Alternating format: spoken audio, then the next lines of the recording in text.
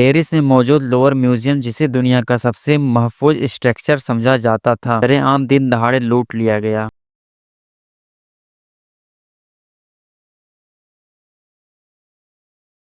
कोई यकीन ही नहीं कर पा रहा था। हॉलीवुड मूवी में देखा जाता था, वो हकीकत में सबके सामने भी हो सकती थी। 19 अक्टूबर 2025 की सुबह लोअर म्यूजियम रूटीन के मुताबिक आम लोगों के लिए खुलता है। गार्ड्स अपनी अपनी जगह पर थे और दुनिया भर से आए टूरिस्ट म्यूजियम के अंदर दाखिल होते हैं। सुबह के 8:30 बजे म्यूजियम को खुले 30 मिनट हो चुके थे। तभी म्यूजियम की दूसरी साइड जो रिवर सीन को लगती है, वहाँ एक गैर मामूली हरकत होती है। एक ट्रक जो आमतौर पर फर्नीचर को हाई फ्लोर्स पर पहुंचाने के लिए इस्तेमाल में आता है, आकर म्यूजियम की दीवार के पास रुकता है। इस ट्रक पर एक मैकेनिकल लिफ्ट लगी हुई होती है, पर ना तो इस पर ट्रक कोई फर्नीचर ऊपर चढ़ाता है और ना ही इसमें बैठे लोग की नीयत साफ थी। इस ग्रुप में टोटल 4 लोग शामिल थे। उन्होंने येलो और ऑरेंज कलर्स की वेस्ट पहनी हुई थी, बिल्कुल वैसे ही जैसे कंस्ट्रक्शन वर्कर्स पहनते हैं, पर उन्होंने अपने चेहरे वेल लॉकर्स पहनकर छुपाए हुए थे। 4 में से 2 लोग बिना कोई परवाह किए मैकेनिकल लिफ्ट को एक्सटेंड करके म्यूजियम की पहली मंजिल पर मौजूद एक बालकनी तक पहुंचते हैं। यह बालकनी म्यूजियम के सबसे शानदार हिस्सों में से एक गैलरी द अपोलोन यानी गैलरी ऑफ अपोलो तक जाती है। यह वही गैलरी है जहां फ्रांस के शाही खजाने नुमाइश के लिए रखे गए थे, पर अपोलो गैलरी के अंदर घुसने के लिए यहाँ एक बड़ी रुकावट थी, एक इंतहाई मोटे शीशे की दीवार। बालकनी पर पहुंचने के बाद उन्होंने अपने बैग से इंडस्ट्रियल ग्रेड डिस्क कटर निकाला और चंद ही सेकंड में गैलरी के शीशे को सुराख करके अंदर घुसने में कामयाब हो गए। यह सब कुछ इतना जल्दी हुआ कि अभी तक सिक्योरिटी गार्ड्स को इनका इल्म भी नहीं था, पर इस हरकत से म्यूजियम को सिक्योरिटी अलार्म बज उठा और गैलरी में मौजूद गार्ड्स ने चोरों को देख लिया, पर चोरों को किसी चीज की परवाह नहीं थी। उन्होंने गार्ड्स को पावर टूल्स दिखाकर धमकाया और अपने काम पर लगे रहे। गार्ड्स ने फौरन प्रोटोकॉल को फॉलो करते हुए गैलरी से टूरिस्ट को निकालना शुरू किया। म्यूजियम में अब अफरा तफरी मच चुकी थी। एक इन्हीं शाहिद ने बताया कि वहाँ मुकम्मल खौफो हरास का आलम था। लोग समझ नहीं पा रहे थे हो क्या रहा है। जब तक पुलिस और स्टाफ मेंबर्स परेशान लोगों को म्यूजियम से बाहर निकाले में मसरूफ थे, उन 2 चोरों ने इंतहाई इत्मीनान से गैलरी में मौजूद डिस्प्ले केसेस के शीशे तोड़े, 9 कीमती खजाने उठाए और फिर उसी कटे हुए शीशे से बाहर निकलकर बालकनी में चले गए। वहाँ नीचे उनके 2 साथी अब स्कूटर्स पर उनका इंतजार कर रहे थे। वह लिफ्ट की सीढ़ियों से तेजी से उतरे, स्कूटर्स पर बैठे और वहाँ से फरार हो गए। यह सब कुछ इतनी तेजी से हुआ कि किसी को समझने का मौका ही नहीं मिला। पुलिस के मुताबिक चोर म्यूजियम के अंदर 4 मिनट तक रहे और पूरा ऑपरेशन यानी ट्रक को पार करना, स्टेयर स्टेंट करना, शीशा काटना और लूट मचाकर भाग जाना, इसमें सिर्फ और सिर्फ 8 मिनट्स का वक्त लगा। जाते जाते उन्होंने लिफ्ट वाले ट्रक को आग लगाने की कोशिश भी की ताकि पुलिस को पीछे ट्रक पर कोई सबूत या फिंगरप्रिंट्स ना मिल सके, लेकिन म्यूजियम के एक बहादुर स्टाफ मेंबर ने फौरन मुदाखलत की और उन्हें ऐसा करने से रोक दिया। यह चोर दरिया के किनारे से होते हुए बॉलीवुड पेरीफेरिक यानी पेरिस के रिंग रोड से A6 से मोटरवे के जरिए भागने में कामयाब हो गए। यह डेलाइट रॉबरी फ्रांस के नाकाबिले, लेकिन सवाल यह है कि म्यूजियम के आखिर चोरी क्या हुआ है। चोरों ने किन चीजों को निशाना बनाया था। जब नुकसान का अंदाजा लगाया गया तो फ्रांस में शोक की लहर दौड़ गई। जो चीजें चोरी हुई थी उनकी फाइनेंशियल कीमत तो नहीं थी, लेकिन उनकी तारीखी और सकाफती वैल्यू को प्राइसलेस कहा गया है। मिनिस्ट्री ऑफ कल्चर के मुताबिक लोअर म्यूजियम से टोटल 8 कीमती चीजें चोरी हुई। अब यहाँ आप सोचेंगे कि पहले मैंने तो कहा 9। जी हाँ, चोरों ने 9 चीजों की चोरी की थी, लेकिन भागते वक्त उनमें से एक सड़क पर ही गिर गई। यह 170 साल पुरानी एम्प्रेस यूजेनी का ताज था। एम्प्रेस यूजेनी जो नेपोलियन III की बीवी थी। यह ताज खास उनके लिए 1855 में बनवाया गया था। जब चोर इस ताज को शीशे की सुराख से निकाल रहे थे तो सुराख छोटे की वजह से यह निकल नहीं रहा था। जबरदस्ती बाहर निकालने की वजह से ताज को काफी नुकसान भी पहुंचा। आखिर में रोड पर गिरने की वजह से इस पर कई स्क्रैच लगे। म्यूजियम के डायरेक्टर ने बाद में कहा कि इसकी रिपेयर शायद मुमकिन हो, लेकिन जो 8 चीजें चली गई उनका नुकसान पूरा नहीं हो सकता। इनमें शामिल थे एम्प्रेस यूजेनी का एक खूबसूरत टियारा और एक ब्रूच, एम्प्रेस मैरी लुइस जो नेपोलियन बोनापार्ट की दूसरी बीवी थी, उनका एमरल्ड का हार और इसी सेट की वालियां। इसके अलावा क्वीन मैरी एमिली और क्वीन हॉर्डस के सॉफ्टवेयर सेट, एक टियारा, एक हार और एक बाली और एक खास किस्म का ब्रूच जिसे